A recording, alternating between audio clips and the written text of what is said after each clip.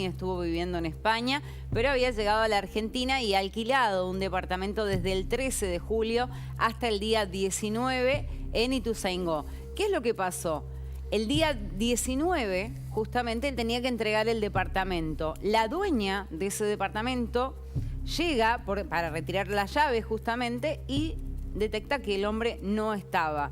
Ante los reiterados llamados y que nadie respondía, obviamente ella hace una denuncia por desaparición. Eso por un lado. La justicia de Ituzaingó empezó a investigar la desaparición de este hombre porque justamente tenía las llaves de esa mujer que le había alquilado el departamento. Por otro lado, el día domingo pasado, unos niños estaban jugando frente a un arroyo, ahí en Ingeniero Budge, y encuentran partes de un cuerpo.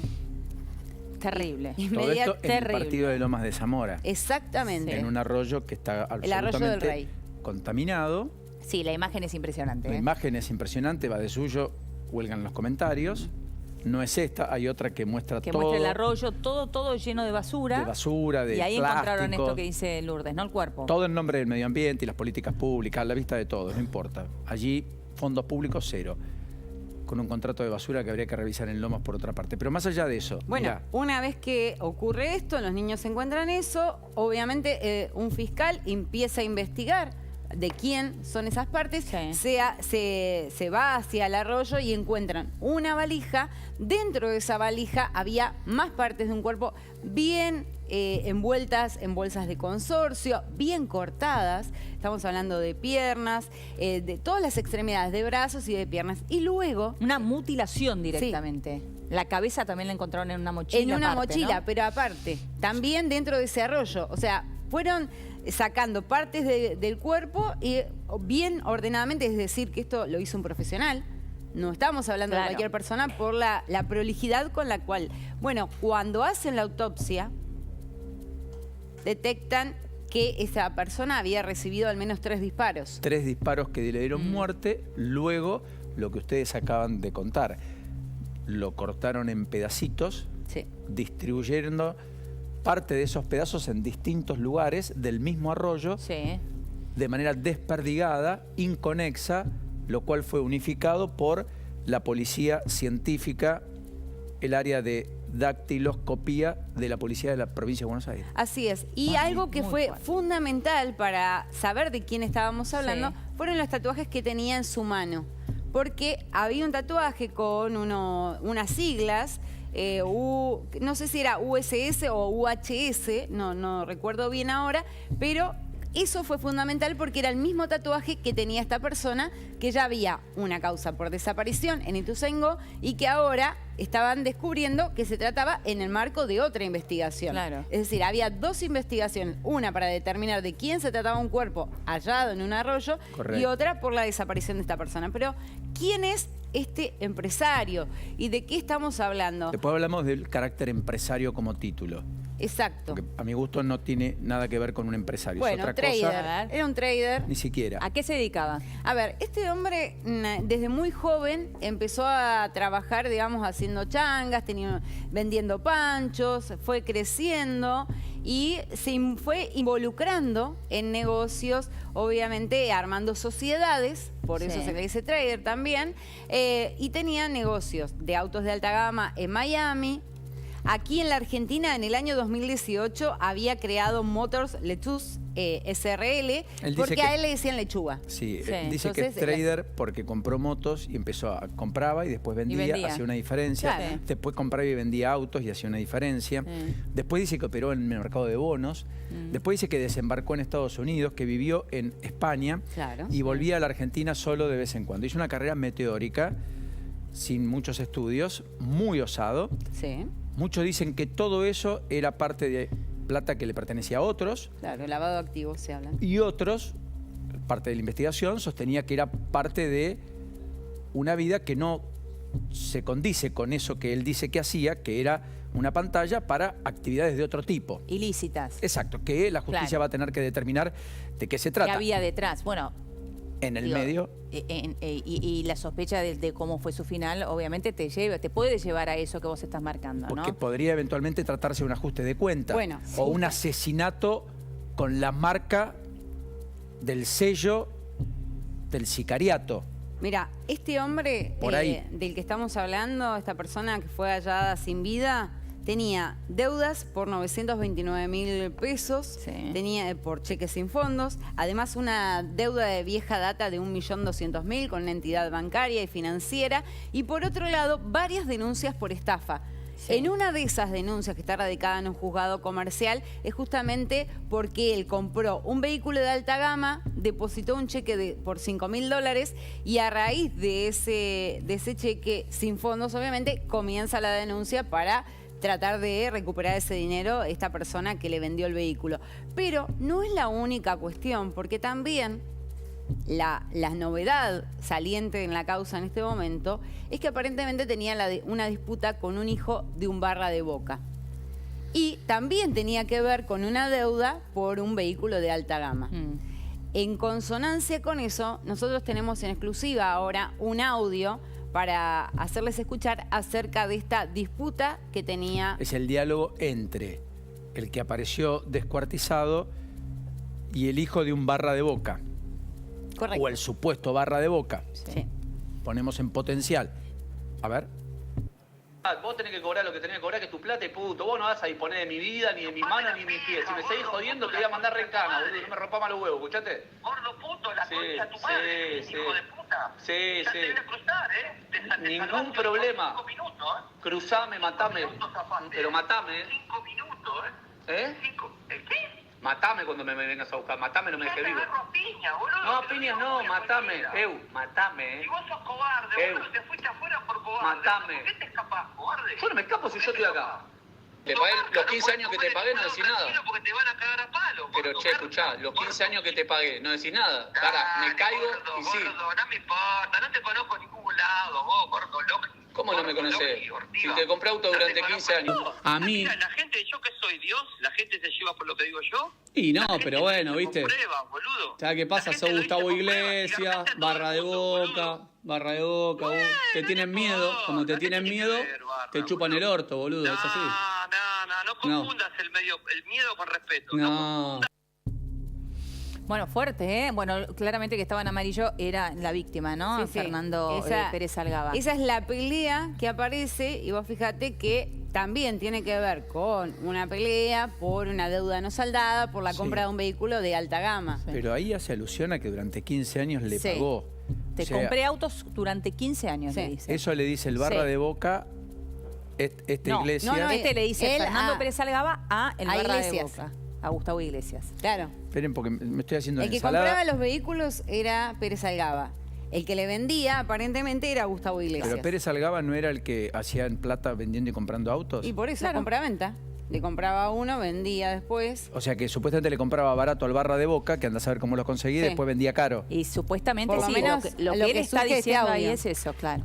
Y durante 15 años lo hizo. Dijo eso, 15 años. Durante los 15 años que te compré no dijiste nada, le Y dijo. ahora que estoy en las malas. Y ahora, claro. ¿Y por qué estaba en las malas? Y evidentemente ahí habrá empezado algún problema de deuda, porque eso es lo que le estaba reclamando el barra de Boca, que cuando lo menciona, él le dice Gustavo Iglesias. Claro. Yo estoy buscando los antecedentes. A este hombre lo conocen o conocían bastante en Mar del Plata. Claro. 2022 tuvo justamente una contravención grande. No, qué contravención grande. En el 2022 terminó golpeando a un agente de tránsito en Mar del Plata. Porque no se quiso hacer la alcoholemia. Estaba en un Mercedes-Benz. Le terminó pegando a traición al agente de tránsito. Sí. La persona que, por interpósitas personas, en algún momento conocí. Quería hacerle el test de alcoholemia, no se lo dejó hacer. Pero lo trompeó, hay que ponerse en ese lugar, digamos, ¿no? No estás hablando de una persona en eje ni en equilibrio. Y le terminaron suspendiendo la matrícula en ese entonces. ¿Qué hizo Guillermo Montenegro, el intendente? Le inhabilitó la licencia de conducir, porque ¿qué es lo que confirmó el municipio de General Pueyrredón a partir de él haber agredido, esta es la imagen, a los agentes de tránsito? Que hasta ese momento tenía registrado 25 antecedentes, la mayoría por exceso de velocidad. Exacto. O sea, era un transgresor a la ley. Y esto creo que lo definía. Son esos transgresores a la ley que van por izquierda, que acumulan mucha plata y que en una sociedad hedonista donde valés lo que tenés, parecía una persona exitosa, empresario, valioso. toda la información que he recopilado y que por prudencia solo me guardo hasta que la justicia empiece a alumbrar la investigación, dan cuenta de otra cosa. Pero esta idea de decir, un empresario exitoso que se dedicaba a alquilar autos y jet ski en Miami y que tenía diversificación de cartera y de negocios en el mundo, no tiene nada que ver con un empresario que en legítimo derecho pudo haber acumulado una riqueza trabajando, produciendo, haciendo un invento, creando un unicornio, llevando adelante un emprendimiento por derecha, sano, pagando impuestos y demás. Estamos hablando de otra... No le querés decir empresario, digamos la influencer, porque tenía 900.000 seguidores en su Instagram. Ponele. Bueno, pero digo, hay empresarios y empresarios, no quiere decir que uno le puede decir empresario, hay empresarios buenos, empresarios malos, empresarios que hacen las cosas bajo la ley, empresarios que no, empresarios coimeros, empresarios que hacen las cosas por detrás.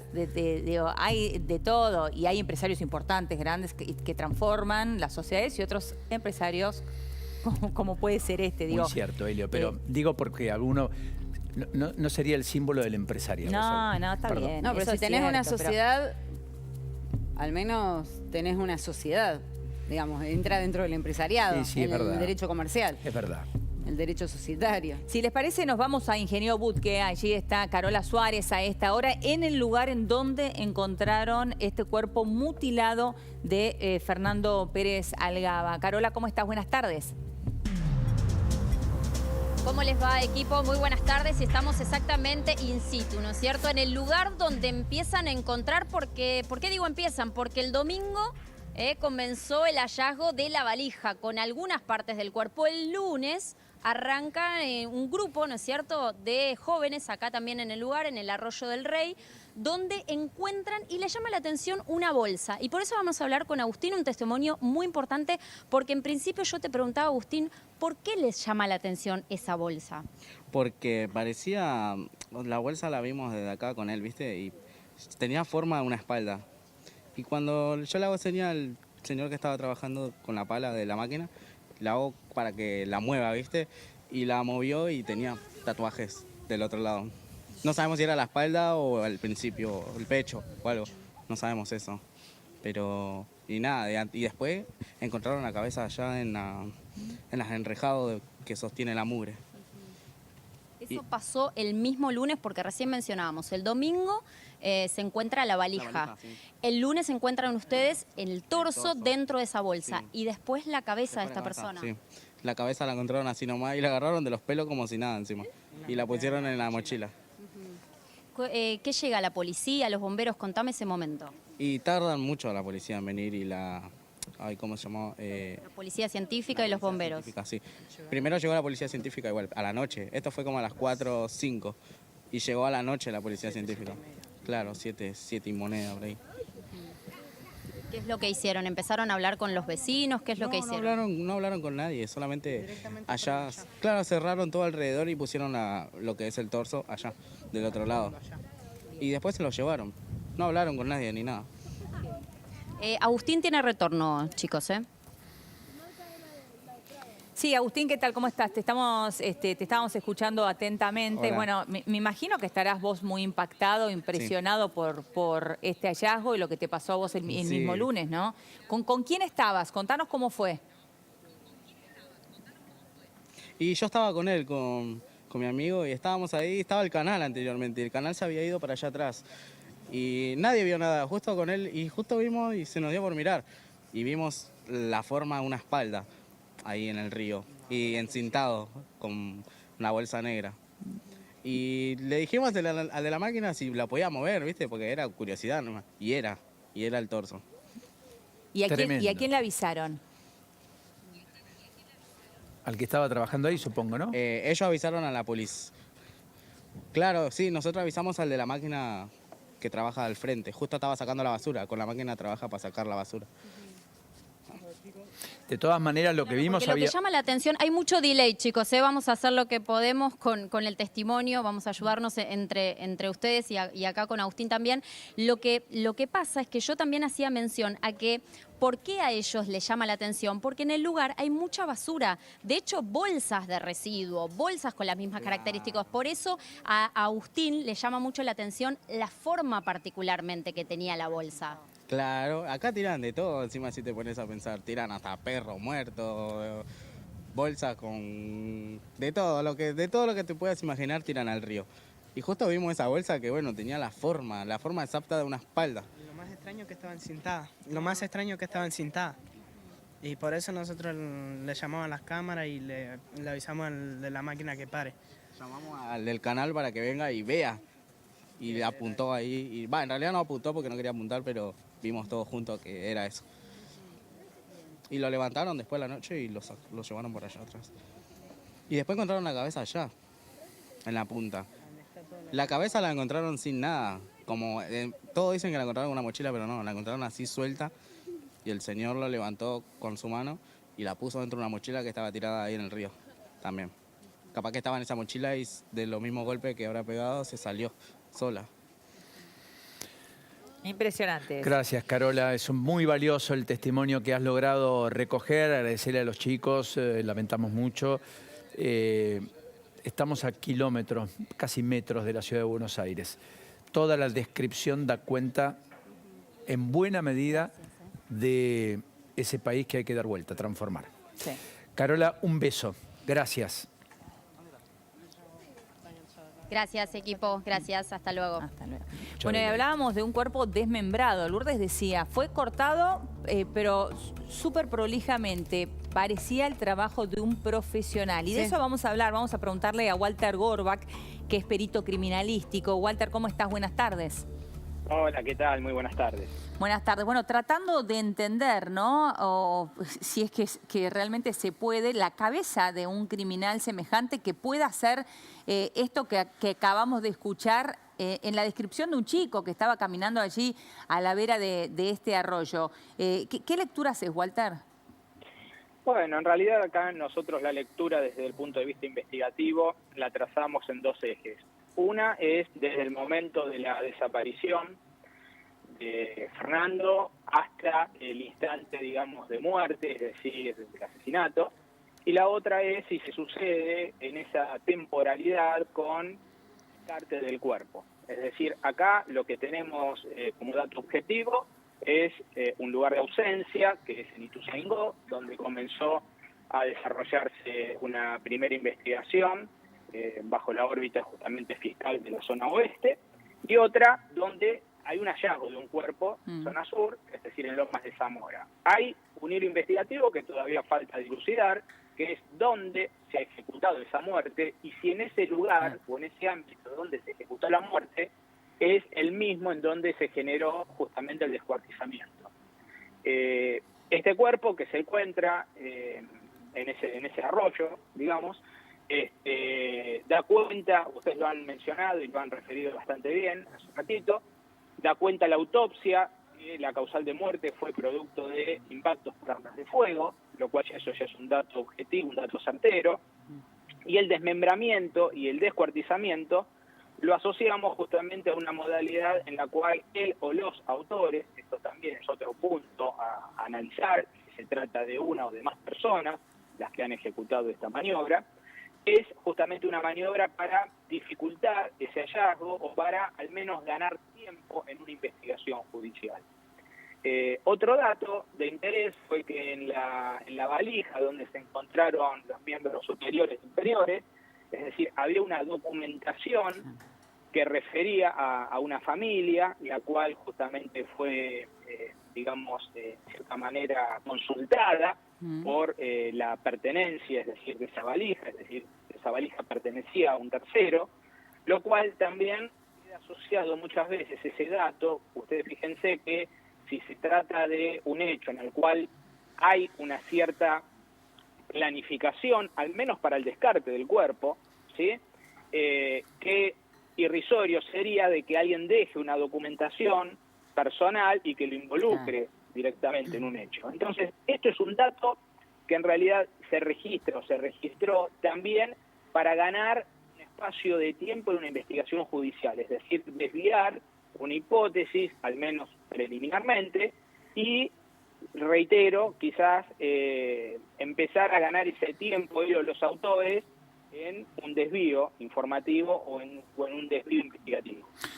Doctor, en virtud de la experiencia que usted tiene, ¿podría darse la impresión, o podría dar la impresión, de que estamos frente a un ajuste de cuentas típico de ajuste de cuentas del mundo de la narcocriminalidad o en su defecto de negocios ilícitos. Me hace acordar mucho al descampado de General Rodríguez, el triple crimen vinculado a la efedrina en 2008.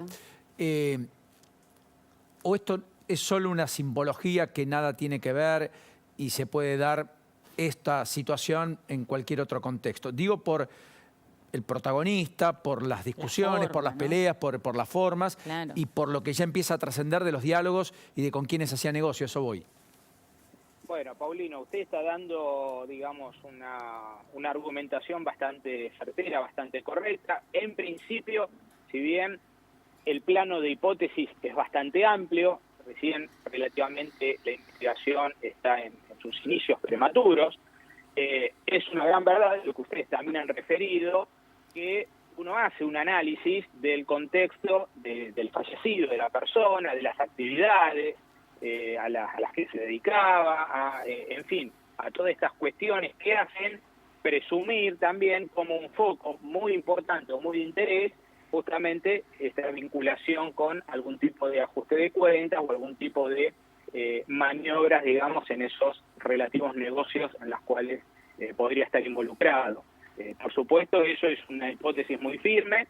A ver, hay que ser prudentes en el sentido de que la investigación está todavía en un curso formativo, hay muchos datos que faltan, muchos datos que tienen que ver con registros fílmicos, es decir, para tratar de ver si en la zona hay algún tipo de movimiento anormal de algún vehículo o de algunas personas, quizás manipulando, repito, un cuerpo obviamente tiene un cierto volumen que puede ser, digamos, trasladado mediante algún vehículo hasta este arroyo o quizás manualmente entre varias personas. La conclusión es que eso todavía está en investigación, los registros fílmicos, y además otro dato de interés es que en el domicilio de esta persona, allí en Ituzaingó, se allanó la vivienda, este departamento que alquilaba, y tampoco en ese ámbito fue encontrado su celular. Claro, ni su celular ni su billetera. Exactamente, ni el celular ni la billetera. Cuestiones estas que hacen presumir, por supuesto, que tanto el celular y la billetera estaban consigo, es decir, con la persona en el momento de la muerte o en el momento del asesinato, ¿sí? Y el celular también brinda muchísima información, no me quiero explayar muy en detalle sobre todos los procedimientos que se hacen desde la órbita tecnológica, pero también puede llegar a dar datos de bastante interés investigativo. Ahora, Gorbach, ¿usted cree que por la forma en que fue encontrado el cuerpo, digo, por este desmembramiento del cual estábamos hablando, puede haber algún tipo de simbología o mensaje detrás de esto? Sí, a ver, eso no es de descartar, es decir, que haya ya de por sí un hallazgo de un cuerpo descuartizado, desmembrado, relativamente esto no es frecuente, no es normal, más allá que en la casuística criminal con cierta, digamos, periodo uno trabaja o encuentra este tipo de circunstancias, pero relativamente no es lo frecuente en absoluto, y también esto puede tener un tinte, por supuesto, un tinte de simbólico, advertencia, podría tener también un tinte justamente de visualización hacia terceros sobre qué es lo que se ha ejecutado o realizado. Pero esto, repito, hay que, por el momento, quizás yo lo mantengo con cierta prudencia, en el cual también deberíamos decir, bueno, en ese caso, si en este arroyo era muy visible o no el cuerpo, en fin, si esa fue la fundamentación de los autores. Ustedes ahí también lo mencionaron muy bien, el cuerpo estaba muy prolijamente embalado en bolsas de consorcio y precintados con cintas justamente de embalaje. ¿Y eso qué significa? ¿Podría ser un sicario? ¿El trabajo de un sicario? Bueno, generalmente el trabajo del sicariato está dado en la muerte, en generar la muerte, un tercero. Solo en la muerte. No quizás en la ejecutarlo, digamos, en los 3 disparos. Sí. Exactamente. No después en esconderlo. Claro, generalmente esa no es ya la función del sicario, esconder el cuerpo, ocultarlo o deshacerse del cuerpo. Pero bueno, repito, dentro del hilo investigativo puede ser una variable también analizar, ¿sí? No es de descartar, pero bueno, como dato sí certero es que estamos ante la presencia de un asesinato, obviamente, de un homicidio, en el cual con posterioridad se ha ejecutado una maniobra obviamente poco frecuente de descuartizamiento y en fin, y de descarte de un cuerpo, en este caso en un arroyo, en un canal, en donde ustedes fíjense, tenemos dos polos diferentes investigativos, uno en zona oeste, por la desaparición, y otro en el polo sur, justamente en la zona sur, con la UFI número 5, que es la que está interviniendo del doctor Domínguez. Entonces, también esto, desarrolle esta cuestión en dos esferas diferentes tampoco no es casual. Esto también hay que mencionarlo, digamos. Genera una complicidad investigativa y además de ello, bueno, obviamente, reitero, se está en los inicios periciales, en los inicios técnicos, a la guarda de estas próximas 48 horas que son quizás las determinantes dentro de una investigación. Muy bien, doctor Walter Gorbach, muchas gracias por esta deferencia y por esta amabilidad para con nosotros. Termina usted muy bien la tarde, muy gentil. Muy gentil a ustedes por la convocatoria. Muchas gracias. Hasta luego. Bueno, va a haber tela para cortar acá, ¿eh? Sí, además es claro que el arroyo es el lugar secundario, digamos, es el lugar de descarte, que ahí no fue donde lo mataron a él, sino que en algún lugar lo secuestraron, lo mataron y luego lo trasladaron hacia ese arroyo. Y la billetera y el celular que no aparecen... Y el perro tampoco. ¿Cómo? El perro tampoco aparece. El perro, pero el celular y la billetera podría tener o contener datos que alumbren... Valiosa, claro, información valiosa. Información valiosa para la hipótesis de la investigación. Sí, porque en el departamento sí hallaron la computadora de él. Estaba la computadora, estaban las valijas, estaba la ropa, el pasaporte de este hombre. Todo eso estaba. Lo que no estaba era ni el perro, ni el celular, ni la billetera de él. Bueno, vamos a seguir, por supuesto, con este tema, pero nos vamos a ir ahora al encuentro de Romina Winer para ver cómo están los pasos internacionales a esta hora. Hay mucha nieve. Romina, ¿cómo estás? Buenas tardes. Buenas tardes, Eleonora.